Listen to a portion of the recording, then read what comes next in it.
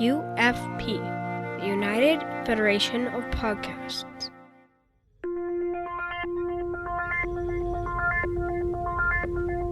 Engage. 78 years have passed since the days of the original USS Enterprise. Now a new Galaxy Star ship has been designed.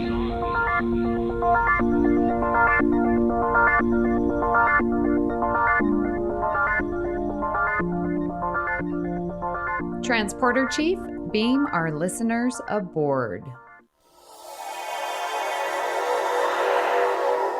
Welcome to Galaxy Class, a Star Trek Next Generation podcast here on the United Federation of Podcast Network.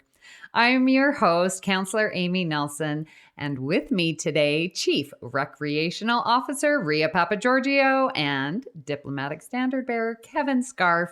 Ria, Kevin, hello. Hello.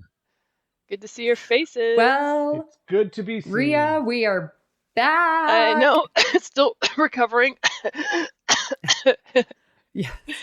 You didn't get cruise Risa COVID. was very fun. No. Oh. I don't think anybody got cruise COVID. I think we remained a COVID-free cruise.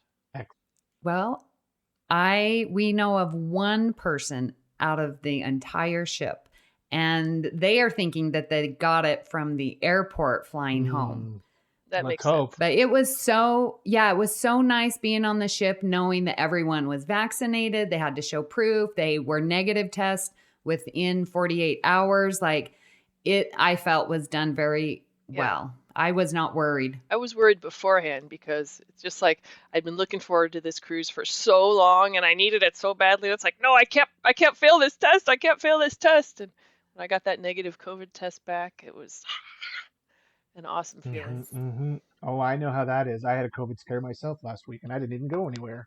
Oh, wow. Oh my goodness. Yeah, we had an improv workshop, and the day after, one of my improv friends said, "Oh, yeah, my son just tested positive, and I'm not feeling well, so I'm taking a rapid test." Oh, I tested positive, so great, thank you. So, but luckily, I tested negative. Yay. Oh, good. So, all good. Good. Well, thanks for Kevin holding down the fort for a couple Well, weeks. Joe did all the work 2 weeks ago. He decided he wanted to do one of his solo story times, and I was not about to dissuade him of that. And then he and I had a good time last week, just chatting. Yeah. And we did a bit of geeking out about the first episode of Picard. So yes. that show is my gosh. good. So good. Yes. Are you up to date? So Oh, good. you don't. So good. So good. So much better So than last good. year. I got a Rio. Really? Yes. I've watched them, and I'm not overcome like everyone else is. I feel like I'm missing something. I feel like it's been done before. Anyways. Well, we'll see where the season takes us. Mm-hmm. Yeah. That's why I'm hoarse, was all the screaming at the TV for episode 2 of Picard. Even Cisco got a shout out this week. Oh my god, I screamed. Oh my gosh, I Yes. screamed. Well, let's check the communication array to see if we have any comments from our listeners. Logs accessed. Mark White says, "Great job again, Joe. I could listen to you for hours. Honestly, I was surprised to hear slash fiction on Galaxy Class this week. That was some weird very entertaining, though. And of course, that was in reference to Joe's Storytime episode. But yeah, I will never tell Joe this, but Joe, you do a good job with Storytime. So shh. He wasn't aware of the F-bombs in the story before he sat down and started recording either, so that was a bit of a surprise to him. I love that he records stories that he's not read. Yeah, it was fun. No, it was a good story. I really quite liked that story. Mm-hmm. So now, I was surprised where it went. Yeah, Joe and I talked about that a little bit last week too. That I was sure that Wesley was under some kind of alien influence, but he was just being a moody teenager. Yeah. Now, Joe and I last week did a What If episode, and in regards to that, Paul Wright Jr. said, "Wow, fascinating possibilities. Can't wait to listen to this one."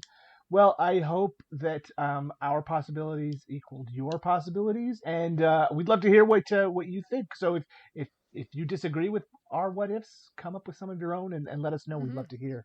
And we have some random comment from some Ria person. I don't know. Says, I think mansplaining applies in a number of cases, not just a man trying to exert his intellectual dominance over women.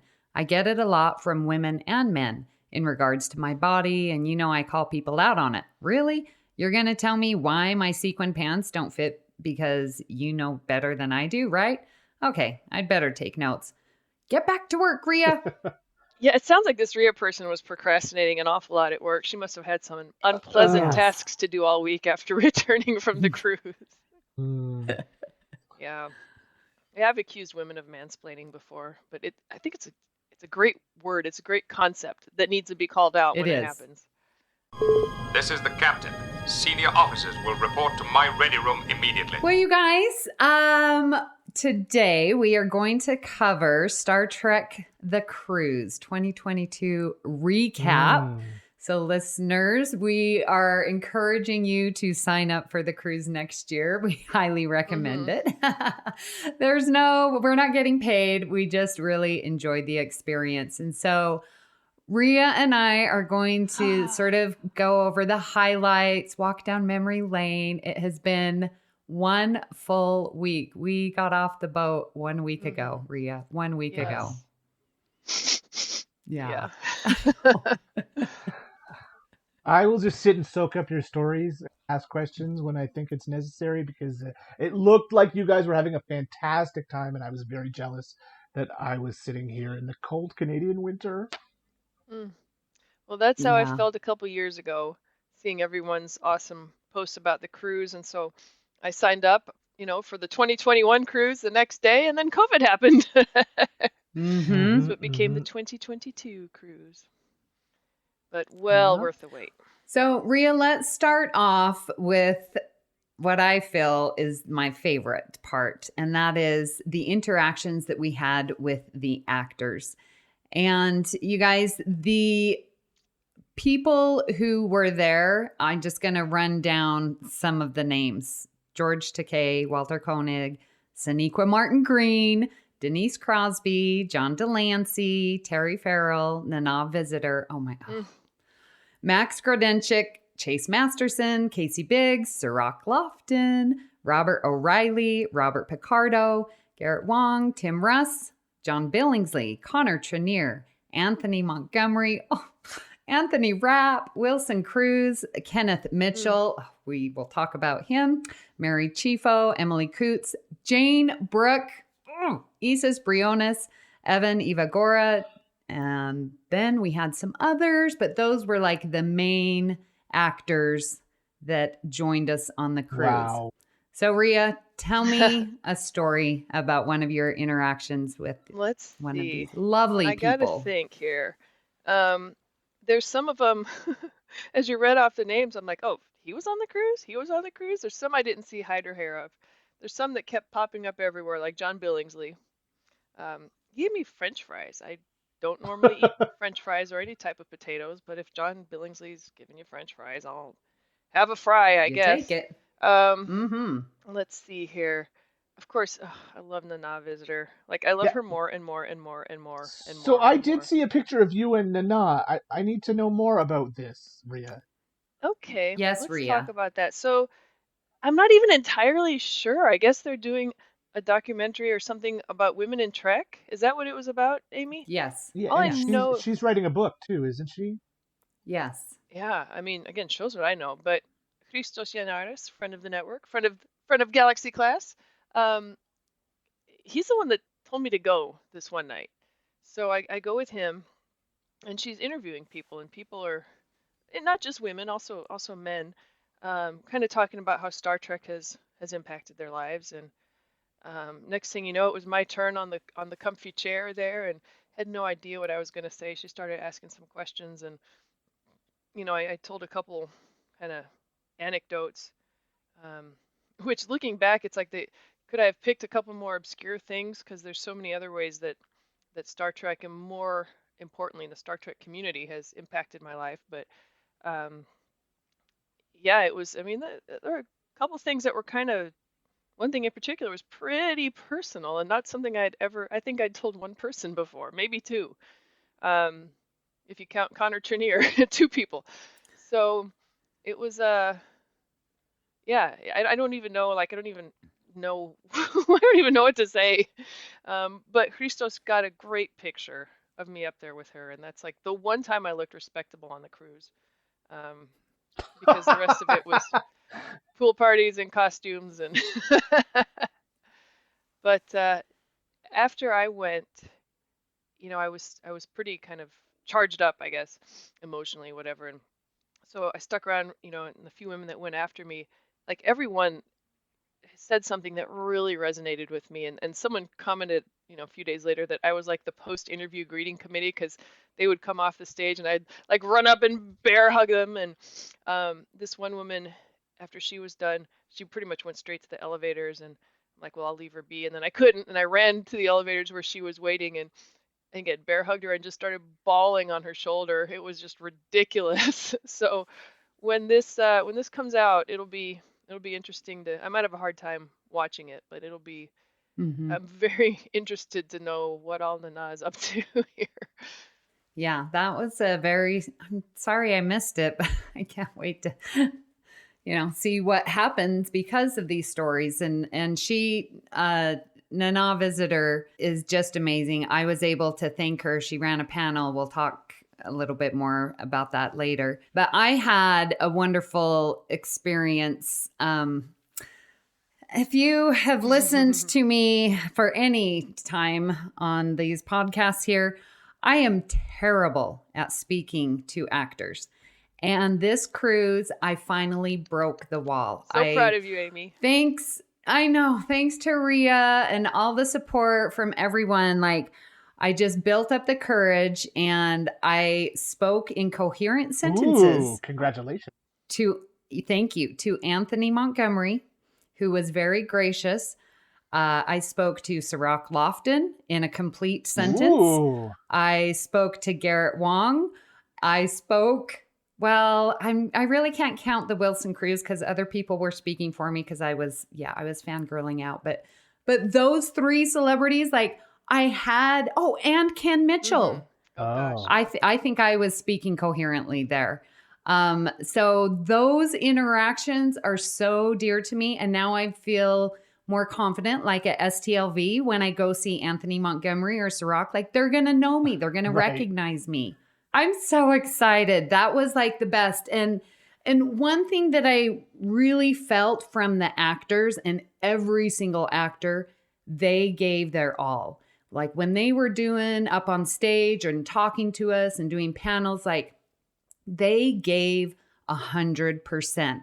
And them giving us their love and us giving them our love. Like it was this exchange of connection and love and appreciation for the Star Trek community that I've never felt before. And I've been to a lot of STLVs. This was unique, different, I think in part a smaller community and coming off of quarantine. Right. Like everyone just loved being in person, and the feeling it was there. Yes.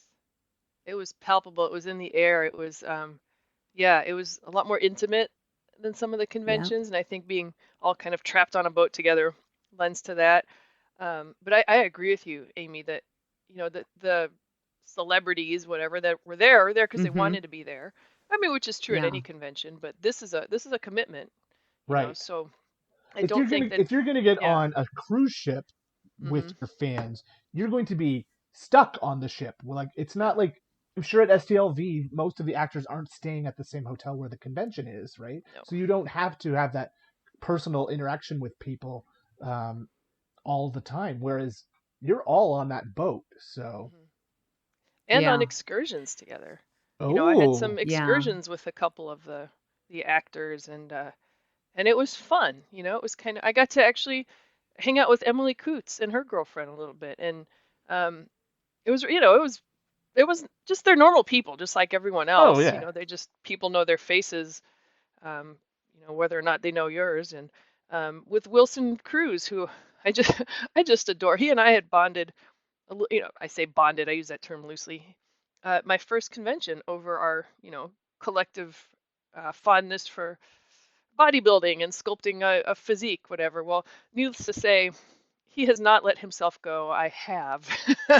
So he's kind of reinvigorated me to get back on track there. But we actually had a really kind of thoughtful conversation on gay acceptance. I think both ways, vice versa. I mean, so I prefer when the conversations go beyond Star Trek.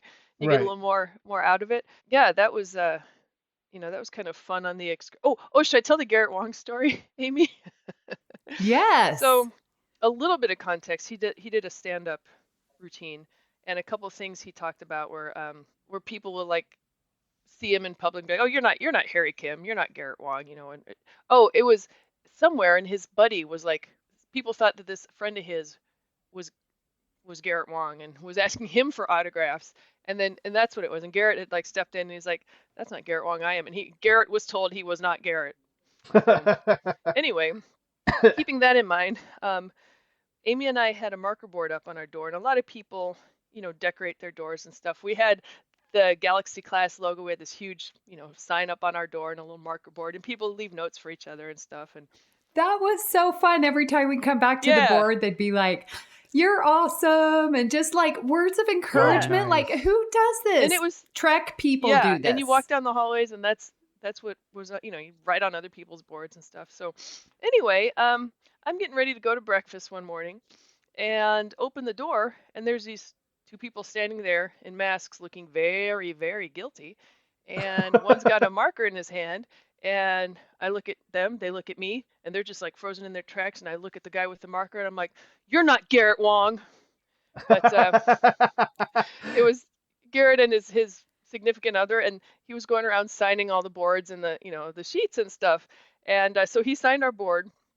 But they just started laughing because it's the first time they'd been busted. They'd been sneaking down the hallways, signing doors, and nobody had caught them. And I opened the door at just the right time. It just happened to be funny. This fluke. But how awesome is that? Yeah, I was happy I got to pull a line out from his stand-up routine and let him know people were paying attention. That's awesome. Yeah. Every night there was a theme night, a big bash party. So we had the Rice's Festival of Moon party. We had Q's costume party. We had the Roaring Holodeck. That was like the 20s. Nice. We had the United Federation of Planets ball. We had Mirror Universe night, and we had Gorn's toga party. So Ria, which night do you want to talk about that you remember? Well, for me, every night ended up on the dance floor till 3 a.m. Wow. Which is just inevitable.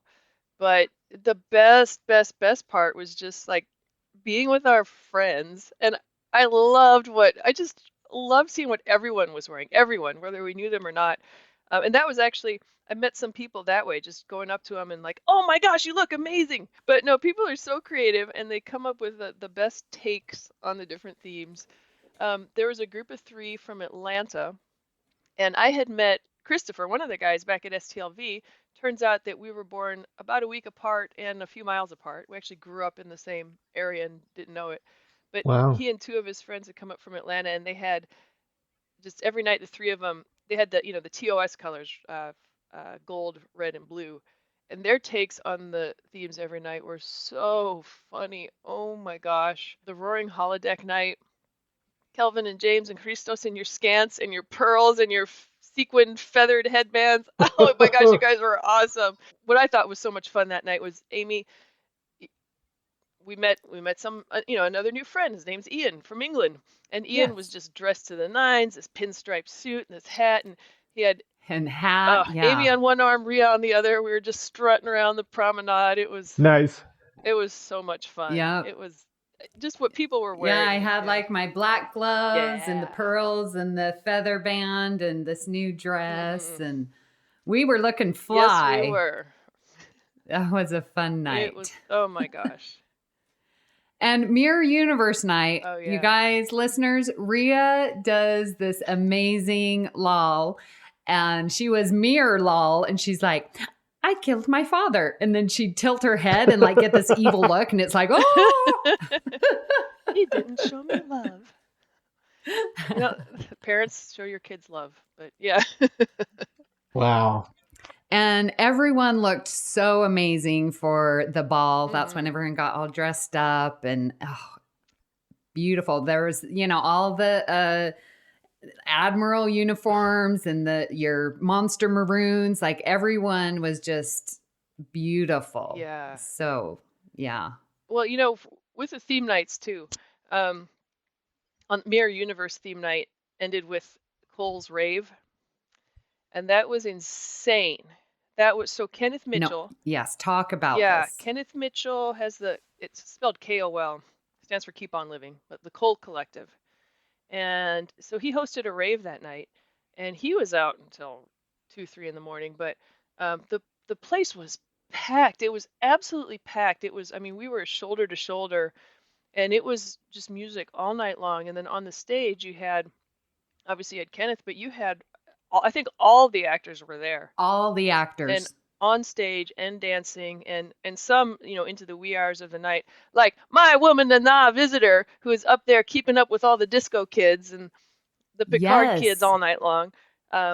It was amazing. She's a dancer, right? Yes, she is. Yeah. And actually, probably the biggest compliment I got was that night. She's out there dancing, and Amy taps me on the shoulder, and she's like, "Nana dances just like you," and I'm like, "Oh, that's the biggest compliment anyone could give me." But no, that evening it definitely affected me. Like the love, that's when I think of because they were on stage giving their all, and they were giving their all for Ken Mitchell. Like they were dancing with him. And here he is in this wheelchair going back and forth. He was beaming. He was, and they were dancing with him. Like it was the coolest thing on how much love and respect that they have for Kenneth Mitchell. Like you could feel it. And they were dancing with us. Well, we were right there on the stage. Well, right the front row. Yeah, we were up front. So they would come down and look at us and be pointing at us and dancing with us. They would, it was so good. We got a conga line going and Christos was fanning them. Yeah. So Kenneth Mitchell did this last cruise and I stupidly didn't go. He did a body surf, and this was his first time in the wheelchair. So it was spectacular. Well, he did even better this time. So he selected all the music. He wrote this poem. I've never cried at a rave until last.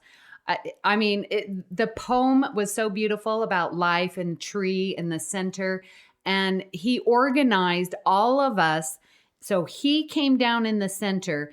Then there was a circle of people around, and then another circle around that. And we would rotate. The inner circle went clockwise. The next one went counterclockwise. And each circle going out would go a different direction. And we had these glow sticks that was just pumping with the music. And the coordination of it all made us feel like one unit. Like we were this tree of life in this Star Trek universe. It was beautiful. Insane. And I was kind of on the outside for the circles because I'm too claustrophobic. Yeah. I'm not getting into that. But to see the glow sticks were like the pool noodles. They were huge and glowing, and people were waving them around. And to see these just glowing, massive, it was insane. And we were up front because so I met someone at STLV this past year. Her name's Evie. Our Greek stars went off, and we met on the last day. But she's Greek, obviously. But she was dressed as a Borg. She looked amazing at STLV. But she's one of Ken Mitchell's caregivers. And so she was there on the cruise with him. And so she had told us, and we reconnected, and it was awesome. I'm so glad she was there. But she said, yeah, Ken wants to meet you guys, because she'd been hanging out with us, a group of what was our name? What was the acronym we came up with? The gays and Ria, RIA, but RIA stands for Ria, Ian, and Amy. because we were the three Yes. token straights. Yes. But she'd been hanging with us, which was mostly by the pool every day. So anyway, Ken wanted to meet us, and so we'd been trying to kind of set it up for a couple days. So she's like, "Hey, be up front, be right up front of the stage." The party went on all night long, but yeah, it was like Amy was saying, the love, and for someone with a terminal illness and someone who knows that the end is coming, can see it on the horizon. I had the privilege in the last year to be with two people while they died, and that's something, it's beautiful, it's something special and precious. And for him to come out on the cruise and spend a week, with 3,000 strangers, and to show the love that he did toward all of us was just like unbelievable. I'd like to continue talking about Ken Mitchell and move on to sort of the excursions and some of the events that happened. And one of the tickets that I was thankfully able to get was a lunch with Ken Mitchell. It was a charity event for ALS Foundation. And so there were, I'm going to say 30 of us that shared lunch. Kenneth Mitchell was there. Jane Brooke was there in support. And it was at one of the specialty restaurants on ship. And Ken came in and welcomed all of us. He was so gracious, so funny. Like, he has a wicked sense of humor. He's a dirty man. Wicked. He is. And, he had thoughts prepared, and I'm bawling listening to him. He allows himself to feel the love and to accept it and doesn't apologize for it. And that's what I love. And he had a huge picture that they auctioned off, massive picture of Spock's ears from Star Trek and stuff like that. And he signed it. And that was auctioned off. And that, just from that one lunch, they raised over $5,000 for nice. ALS Foundation. Wow. Absolutely incredible. Yeah. So good. To know. And yeah, that Cole Collective, I definitely going to be getting stuff from there, and all of that goes to support. They don't take any money for that. So now you mentioned, I want to ask a question here. You mentioned food briefly here because you went to a special luncheon, but on the whole, how was the food on the cruise? And were you seated with the same people for every dinner? Is that how it worked? Like on lots of cruises? Well, they've really relaxed the main dining room. So even though they say early seating and a late seating, you just go whenever because it's open. And so you just sort of go with the people that you want to eat that night. Some people arrange it beforehand, and they had a set table with a set waiter. And so they were there every night, and I was able to join, that group for their first night. But when things get going, I need a little more flexibility, so I can't be that rigid with my time. But it's definitely available if you like having that set time, set waiter. They know your foods. If you have, vegan or allergies, they really work with you. The main dining was good. I felt the food was a little salty, but that was just me. The Windjammer is their buffet that's open all the time. Pretty respectable, typical buffet foods. And then their specialty restaurants. We went to, the one I went to with Ken Mitchell was the Italian. And I'm just going to say their charcuterie board, whoa, amazing. Their main dish, not so good. I didn't feel like their pasta. And I'm like, this should be homemade pasta. And it wasn't. But they had an amazing dessert. And then we also went to the Chops Grill. And that was an amazing experience. So wonderful. Excellent food. It was really good. Amazing company. That was, just, the love. We keep coming back to the love. But the love from kind of our group that we were hanging out with. Yeah. Like that we had dinner a few nights together. I know I did miss one because I was on an excursion that got delayed by about an hour. And I know, I'm texting Ria. I'm like, they were calling me at the room. They're like, is Ria on board yet? I'm like, no, I haven't seen her. Don't leave without I get a her. call. I'm on a catamaran with 30 people on this excursion, and it's Amy, and she says that the boat called. They want to know if you're back yet. I'm like, no, it is probably going to be an hour. And so there was a moment of panic, but at the time I'm like, no, there's 30 of us. They're not going to leave without us. And then the next day it occurred to me that two of the people on that boat were Emily Coots and Anthony Rapp. They were not going to leave without us. Right. But I did miss dinner that night, which was a bummer. But because we had the most wonderful time, like the conversation too. Yes. Amy always had questions for us, and we'd go around the table. Oh gosh. Well, to be fair, this actually, Christos, friend of the podcast. Yeah, Christos really got the ball rolling, and he was like, all right, I'm going to ask one, then you ask one. And so like Christos and I think, we had good conversation about Trek philosophy and like, what does it mean to you? And, we had one that was such an amazing discussion. Like, who's your least favorite character? That surprised the crap out of me. Mark Wyatt, you know who I said. Yeah. So dinners were good. Yeah. Food was good. I was in love with the food, but the Windjammer, that kind of buffet, had a lot of Indian food, so that was nice. And there was on the main promenade some little restaurants, little cafeteria type things, and there's pizza all the time. So they don't call me Pizzeria for nothing. I ate a lot of pizza on the cruise.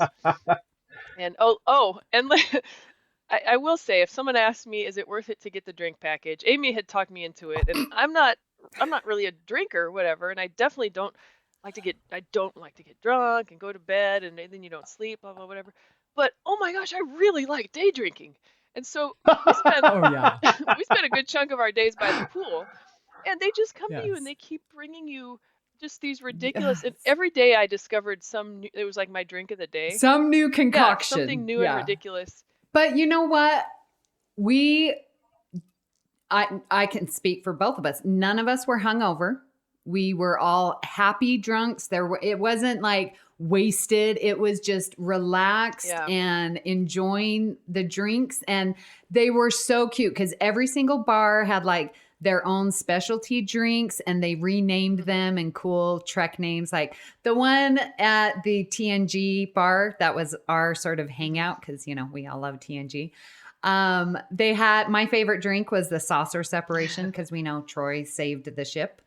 So I thought that was cute. They just had really cute names for them. I can't even remember them, but themes and nice. And just that I don't know, might be my fondest memories is being by the pool all day long with people I absolutely love while they keep bringing us drinks. People. Yes. Yeah. And meeting. Yeah.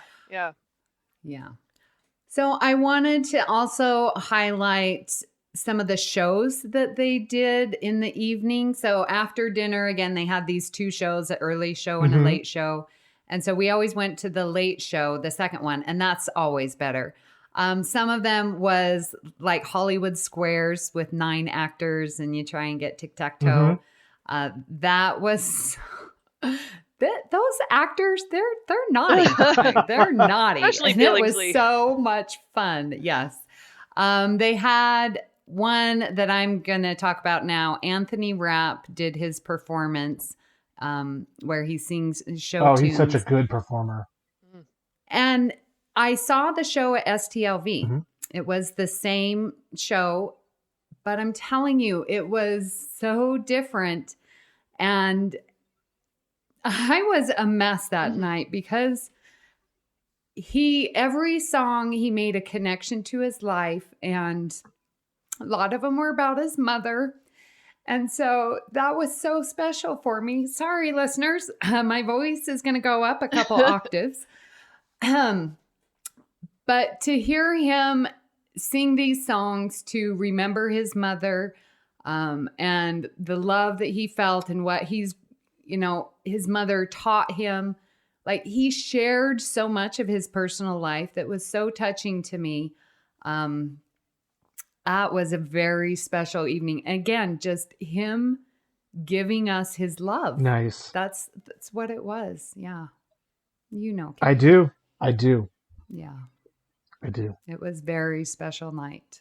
Keeps coming back to That love. one, yeah, it does. It does. What were the other? There's just so many. I actually went to Garrett Wong's stand-up, and the night I went, the show I went to, Ken Mitchell opened for him. And he was ridiculous. Like I said earlier, he is a dirty man, but he was hilarious. Hilarious. So some of the panels that were unbelievably, and they need to have this happen more and more. So Nana Visitor did the Woman in Trek panel. Mhm. She had Chase Masterson, Mary Chieffo, Jane Brooke, Terry Farrell. I'm forgetting Emily Coots. Laurel. Oh yeah, you said Mary Yeah, Chieffo. Mary Chieffo. Yeah.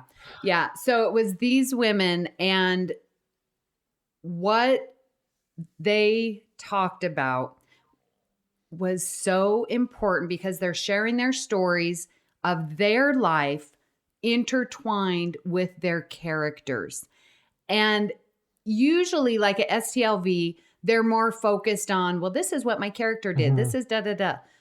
But to have that transition to go, this is my life and this is how the character has influenced me personally was incredible. And I absolutely listening to their stories. And we have all the generations there, right? Jane Brooke, Terry Farrell, Nana Visitor, my aged women to the younger ones, or the middle, just a little younger, Chase Masterson, and then we get the young ones, Emily Coots, Mary Chieffo, those cute Was little young Issa ones. Briones there too? She wasn't on that Right. panel, but listening to their experiences in the world, being a woman, and how that's affected them and how they see things through their characters into their real lives was transformational. And what Jane Brooke and Terry Farrell spoke to me so personally, like they get it. Like I understood them. I would go into detail, but it's a little personal, but that was an amazing panel. And I felt like at the end of this week, it was a week-long therapy session because it was so getting to big truths. We're talking about acceptance and love and how can we be better? Like that's Star Trek. And they really brought that into every single panel because everything was just related to these big truths and your personal story. It was beautiful. That Women in Trek panel was amazing. Nana also did Ask Mama Nana. And so it was like the lady who you ask for advice. Ann Landers Yeah. Ann Landers? or Dear Abby. Yeah. Okay. It was like Dear Abby or whatever. And so people wrote questions and put it in a box. And then we also had some live questions. And truly, she gives the best advice and like so open and honest and gives with love. And how would you handle this situation? Every single one, it was like, you need to start from a place of love. That's where you come from. Whenever you have a disagreement, be curious, ask why, so that you're not coming off defensive. Be curious, learn where they're coming from because you're not going to get anywhere coming from opposite sides. It truly amazing. Wow. So I'm bummed I missed a couple of these panels while I was out day drinking by the pool, but I definitely agree, Amy. You kind of put into words. Like I walked off that boat a different person than I walked on. It was like a week-long therapy session. It really was. And that interview with Nana kind of shook me up a little because I talked about some stuff that hadn't even thought about in a while that kind of dug up some stuff. But the love from everyone. I mean, I was looking forward to, just like at the cons, being with people that you love and spending time and getting to know each other better. And I'm more of an in-person kind of person. The whole Zoom thing drives me nuts. There were so many discussions. Well, the whole attitude on the boat. Amy, what was the nacelle thing that you said? The warp drive, warp nacelle, static warp bubble. Your Yes. analogy, that really, really, I think encapsulates the cruise. So what I was saying was I felt like we had this opportunity in this static warp bubble that was Mariner of the Seas ship out in the middle of the ocean. And we created Star Trek future. It was there. Everything that we talk about with Star Trek and what we want to see in the future, we experienced. And I'm like, we had this week-long practice on how we want life to be. And so now it's our goal, and I'm taking this personally, this is my goal, to bring that future into my personal life. How can I make the Star Trek future? Because I was thinking, there is no way in hell Gene Roddenberry imagined this experience right here when he created Star Trek. And why is it here? Because we, the fans and the actors, created it. This is our creation. Yeah. And so we have the power because we did that there. We can take that to our life. And I want that to happen. I want to see that we can reach that Star Trek life. That's crazy because that was, I while you were talking, I was wondering, if Gene could see what went on that boat for that week, like that was his vision come true in a little microcosm. But I think that was his vision for the future. It was, and we had it there in the present. It was people from all walks of lives and, male, female, all ages, gay, straight, black, white, what, British, American, Israeli, Australian, all together and accepting. In love, yes, loving each other, and not in, I don't say that in any sort of a creepy way, although there was some of that going on too. But I mean, loving each other, like real love. And Ria and I, yes, we have been saying love a lot, but I was telling Ria, like, there are so many different nuances and meanings for the word love. And like when you say, I love you, it means so many different things. And why be afraid? If I have that love for you, I'm going to tell you. And I'm getting to that place. I'm telling my students more that I love them. It's not in a weird, creepy way. I love them. They're great kids. I love all my, my podcast family. Like, there's so many ways to say I love you, but we just have that one word. Yeah. And so I'm going to say We're going to take that word back because the meaning's been sullied, in modern day culture. And no. It's not all about the sex and the romance. There's so many different ways to love. Yes. Yeah. Okay. There was an amazing preview. We had a museum that was on ship, and they had actual props and uniforms that were worn by the actors there. It was beautiful. So they had the brand new Strange New World uniforms. They had 4 uniforms. Oh, they were spectacular. So much. The blue, 2 yellows, and a red, I think they had for Strange New Worlds. They had from Discovery. Oh my gosh.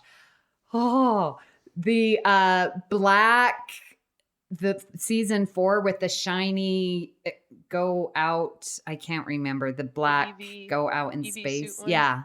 Something like that. Yeah. And they had like books. I'm so sorry, listeners. They had Bookers and they had Burnham's, her red leather coat. Oh my gosh, it was gorgeous. They had a couple outfits from Saru.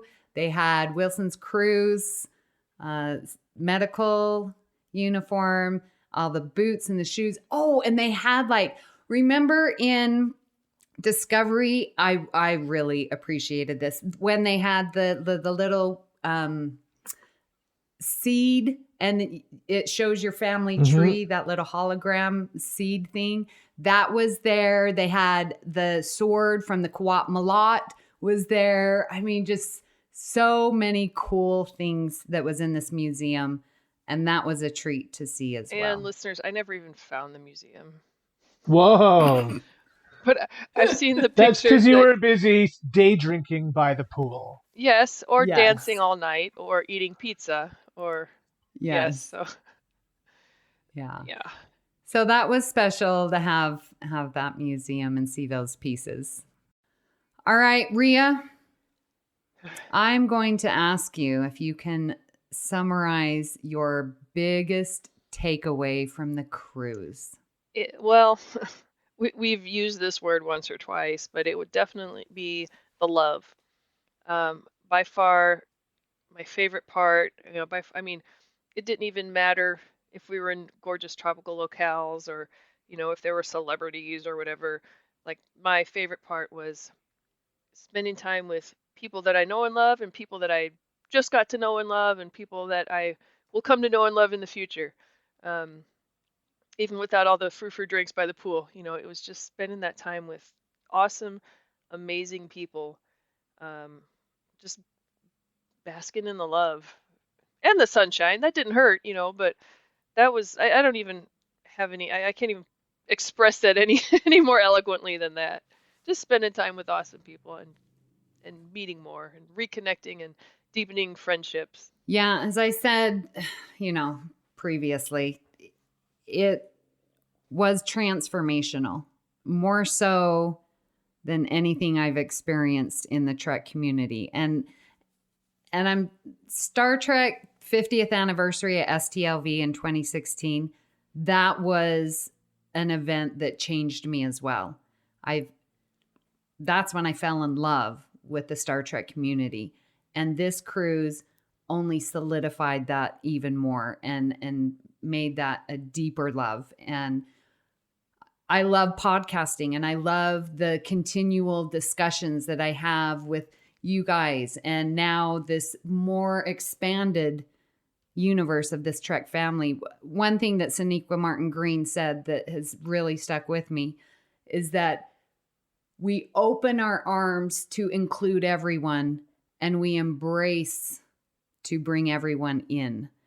And that is such a beautiful idea that we can do in our lives, and outreaching and the acceptance and then the embrace. Like, it was so beautiful. And there were so many gems and nuggets of wisdom that came from these actors and that came from the experiences that really has changed me. I am a different person, as you said, Ria.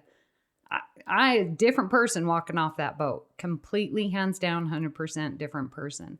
And it is because everyone's love of this Star Trek idea and philosophy and wanting it to make happen and wanting it to get there. We need to not end up like Picard season 2, totalitarian. We need to make the Trek future happen.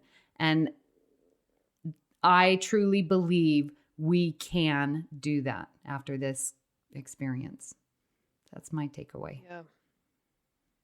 It's coming. Trek future is coming. One Let's person hope. at a time. So, Kevin, that's our recap. That sounds amazing. One of these years, I will get there. It will happen. You It will. will happen. It sounds will. just like so much fun. And you know what? We'll was. make it happen in Chicago too, and then we'll make it happen in Yes. Vegas. Oh, I can't make it to Vegas, but Chicago, Chicago. I am so pumped for Chicago. And I would like any of our listeners who are coming to Chicago to let us know, because we will arrange a meetup. We need to arrange Yes. a Galaxy class meetup. Yes, So. yes. We will. Listeners, all 4 of us are going to be in Chicago. Please come, tweet, message us. We definitely want to have a meetup. We just need to figure out when. I'm thinking Saturday. I don't get in till Saturday. Well, Friday, yeah. late Friday, but Saturday, Sunday, I think would be a great time to do a meetup. We, most of us and maybe all of us will be there for the week after. So if you are around, we would love to do some things with you. We've already got a good itinerary going down, so let us know. We just need the convention to release their schedule that we Yes, can schedule that will be things on helpful. convention days. Yeah. So Yeah. as soon as that happens, you'll know. Yeah, we're just waiting for them so we can pin down a time. But yes, we definitely, listeners, want to meet up. Our Trek family, as you've heard, are very dear to us. Incoming transmission. We'd love to hear your thoughts on today's show and hope you'll join the Facebook group Federation Council Chambers. You're welcome to start conversations with us or add any general Star Trek info you want to share with the group. If you'd like to send us an email, you can email us directly at galaxyclass@ufp.earth, and we absolutely will read your email on the show. You can also follow us on Twitter, if you have Twitter, at GalaxyClassPod. So please hit the subscribe button on Apple Podcasts or wherever you get your podcasts and leave us a star rating and written review. That'll help others find the show. Now, you can also follow the entire network's podcasts with our master feed by searching United Federation of Podcasts. This way you won't miss any of our fine shows like All Good Things, Franchise Fatigue, Always Hold On to Arrow, History with the Szilagys, Mickey's Marvels, Sasquatch, and Infinite Diversity. So, Ria, I'm not going to ask where people can find you because I know you will be by the pool day drinking. So, do you have any place else where people might see you? Oh, if only that were every day instead of by the computer slogging out work that I don't want to do. But when I'm not doing either of those things, or daydreaming about being by the pool day drinking with 30 of my closest friends, you can find me on the Federation Council Chambers, usually posting silly, ridiculous memes. You can also email me at riapod47@galaxyclass.com if people still do that email thing. And you cannot find me on Twitter or LinkedIn or Instagram or any of those other things that Packlids can't wrap their minds around. So, Amy,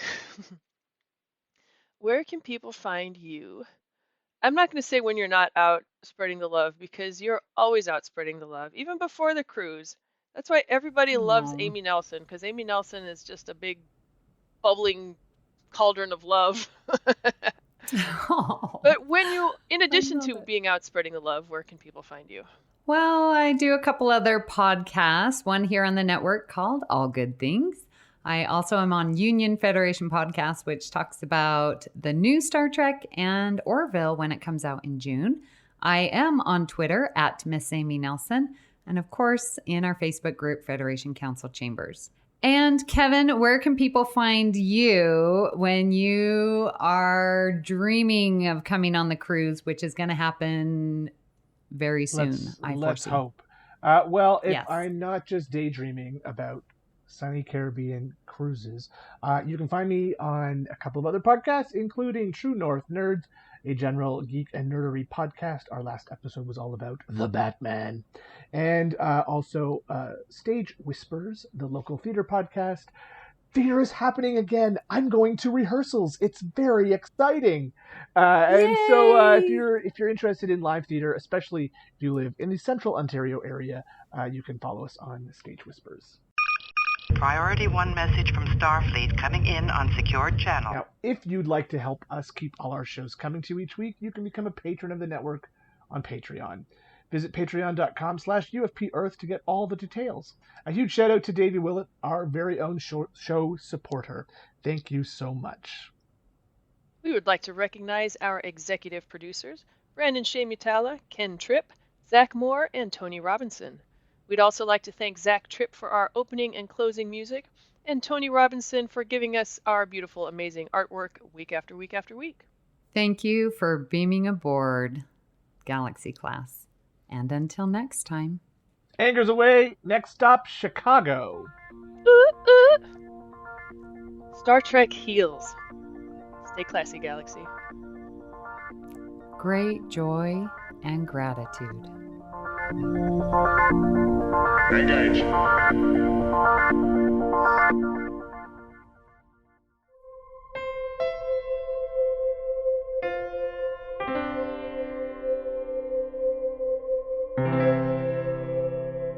This has been a production of MTMR Media Works.